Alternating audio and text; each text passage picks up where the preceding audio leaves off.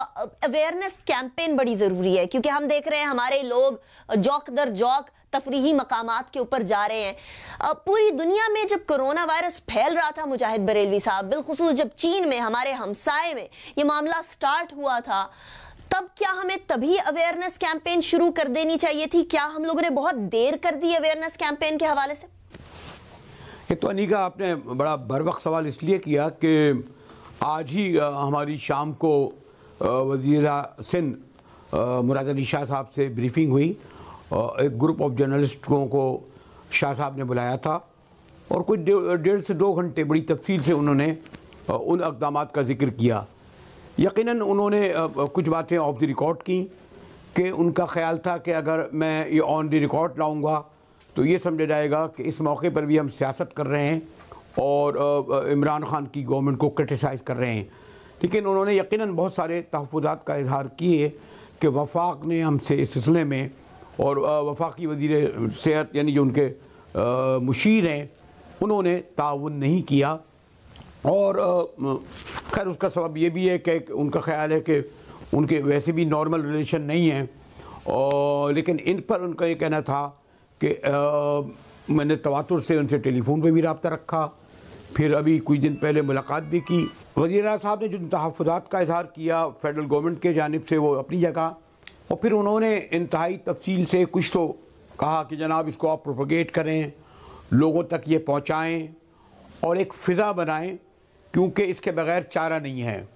उनका ये कहना था कि आज कल या आने वाले दिनों में हमें मुकम्मल तौर पर एयरलाइनों को बंद करना पड़ेगा, यानी जो बाहर से आ रही हैं वो, कराची से लाहौर, इस्लामाबाद से आने जाने वाली को, हमें तमाम ट्रेनों को बंद करना पड़ेगा।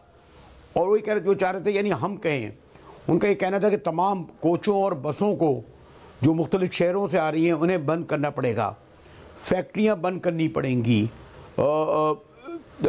रेस्टोरेंट बंद करना पड़ेंगे, बड़े बड़े स्टोर बंद करना पड़ेंगे।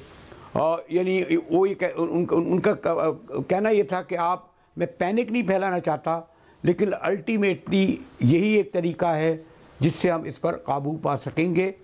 और जब इससे रिलेटेड ये सवाल किया गया कि ये जो 10-20 लाख लोग हैं जो डेली वेजेस के हैं, ये किस तरह खाना खाएंगे, किस तरह रोज़ी रोज़गार रखेंगे, तो उस पर कुछ उन्होंने एक प्लान पेश किया। और ये उन्हें भी इल्म था कि ये जो प्लान पेश कर रहे हैं ये काबिल अमल नहीं है, यानी सैलानी या आलमगीर या मुख्तलिफ़ इदारों के ज़रिए अगर 20 लाख लोग हैं तो 200 रुपये एक खाने के होंगे, तो 40 करोड़ खर्च होंगे, तो हम 6 अरब रुपये खर्च कर देंगे, कुछ इस तरह की बात की।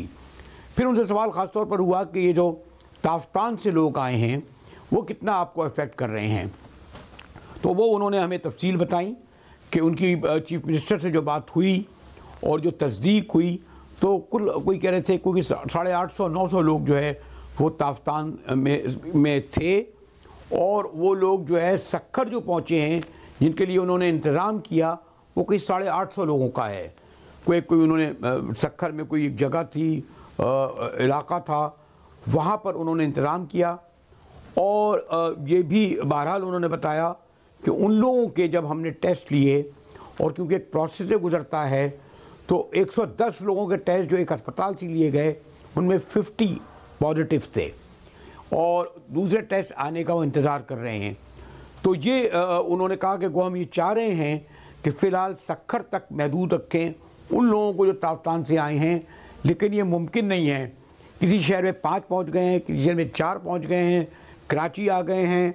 हम कमिश्नर के ज़रिए, एडमिनिस्ट्रेशन के ज़रिए उन्हें उनके घरों में महफूज तो कर रहे हैं, लेकिन हम इसमें बड़ी दुश्वारियाँ पेश आ रही हैं।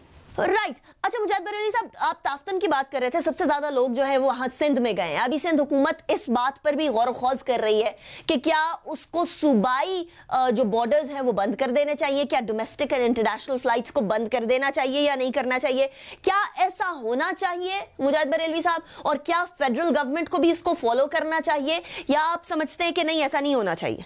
ठीक है, उनका तो ये कहना था कि आप ये रास्ते बंद ना करें, जितने भी लोग हैं उन्हें आने दें, क्योंकि वो लोग आएंगे।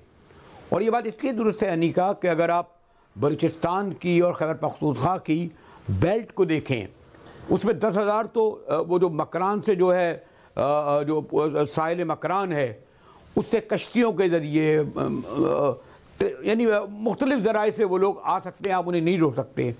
तोरगम का बॉर्डर भी ऐसा है, सेम बलूचिस्तान का बॉर्डर भी ऐसा है। और दहशतगर्द आते हैं, तकरीबकार आते हैं, तालिबान आते हैं, धमाके करते हैं, चले जाते हैं। तो आप ये बॉर्डर जो हैं ये सॉफ्ट बॉर्डर हैं, ये कोई दीवार नहीं लगी है, कोई दीवार बर्लिन की तरह ईस्ट और वेस्ट जर्मनी में। ये कोई बिल्ट-इन नहीं है कि जहाँ पे सिर्फ मोटरवे के ज़रिए लोग आते हैं, ट्रेनों के ज़रिए आते हैं। या आप कराची में अगर आप देखें तो ये पूरा केटी बंदर का जो इलाका है, ये तो केमाड़ी का पूरा इलाका है, यहाँ से हम बम्बई जा सकते हैं, बम्बई वाले यहाँ आ सकते हैं। तो ये तो मुमकिन ही नहीं है अनीका प्रैक्टिकली कि आप पाकिस्तान की तमाम सरहदों को बंद करके आने वालों को रोक सकें। आप ट्रेनों से आने वालों को रोक सकते हैं, जहाज़ से आने वालों को रोक सकते हैं, या गाड़ियों से आने वाले। लेकिन जो लोग, अब ये भी तो सोचिए ना कि मेरा अगर कोई भाई, मेरा कोई अगर अजीज़ करीब प्यारा, वो अगर दूसरे शहर में है, दूसरे मुल्क में है, और वो 15 दिन से और 20 दिन से और 1 महीने से पड़ा है। देखिए, दूसरों के बारे में कहना आसान होता है, लेकिन अगर वो हमारे अब्बा कहते थे जब आपकी उंगली कटती है ना फिर पता चलता है। आप कहने नहीं आए वो, और लोगों की खातिर वहीं पड़ा रहे, भाई कैसे पड़ा रहेगा वो तो हर सूरत में आएगा कि मैं अपने पहली फुर्सत में घर आऊँ। वैसे भी हम लोग बड़े, आपको इल्म है इस हवाले से, ईस्टर्न लोग और सब कॉन्टिनेंट के लोग और पाकिस्तान के लोग, और ख़ास तौर पर ये जो देही इलाकों के सिंधी और हमारे सराइकी बेल्ट के लोग और केपी और पंजाब, ये सब इन्हें कहीं सुकून नहीं मिलता। आप 5 स्टार होटल में रखेंगे वहाँ भी नहीं रहेंगे, ये 3 दिन बाद कहेंगे नहीं सही हमें तो घर जाना है अपने। तो ये प्रैक्टिकली पॉसिबल नहीं है। देखिए अब इसमें 2 तरीके हैं हमारे पास, 2 मॉडल हैं जो, यानी मुझे कुछ वहाँ डॉक्टर्स से उनसे इत्तला मिली, और कुछ हमारे चीफ मिनिस्टर साहब ने हमें बीच में बताया। एक तो बरतानिया ने ओपन कर दिया, उन्होंने कहा जनाब लोगों को घूमने दो, फिरने दो, कम से कम पता तो चलेगा। अब वो है कि वो लोग जो छुपे हुए हैं निकलते, फैलाते हैं, फिर घर में आ जाते हैं। तो एक तो तरीका ओपन करते हैं, उसका इतना नुकसान नहीं होगा। इटली ने पाबंदी लगाई तो हाल ये है कि लोग सड़कों में मर रहे हैं। तो 2 मॉडल हैं आपके पास। अब आपको यानी लॉकडाउन जिसे आप मारूफ मानों में कह रहे हैं, यानी शहर को बंद कर दिया जाए, अल्टीमेटली सॉरी टू से यानी पैनिक फैलाने के लिए नहीं, लेकिन कहा यह जा रहा है कि यही वाहिद हल है।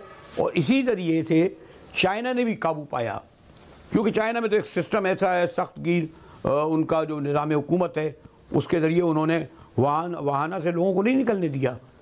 हमने बड़ी कोशिश की।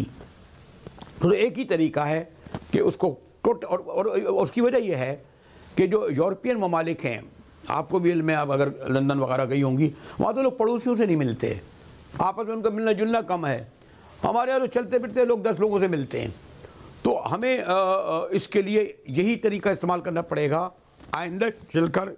जो जैसे मैंने कहा कि जब चीफ मिनिस्टर बात कह रहे थे तो वो मुख्तलिफ ज़राए से, हाई प्रोफाइल लोगों से, गवर्नमेंट लेवल पर, इंटरनेशनल लेवल पर गुफ्तगू करके हमें ये ब्रीफिंग दे रहे थे अनीका।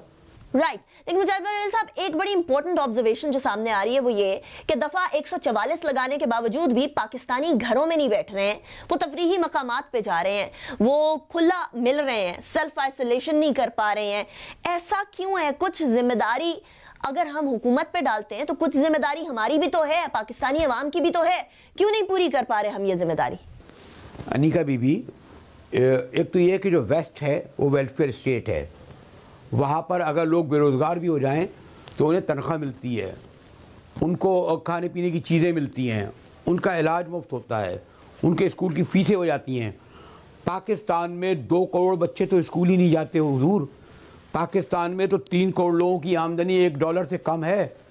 लोग अगर सुबह ना निकले, आप कह रहे हैं घर में बैठ के मर जाएं भूख से। क्या हमारे घरों में जो मासियाँ आती हैं, ये बेचारियाँ 5-7 हज़ार रुपये लेके घरों में काम करती हैं, ये घर में बैठ सकती हैं? लाखों की तादाद में आती है ना कराची में।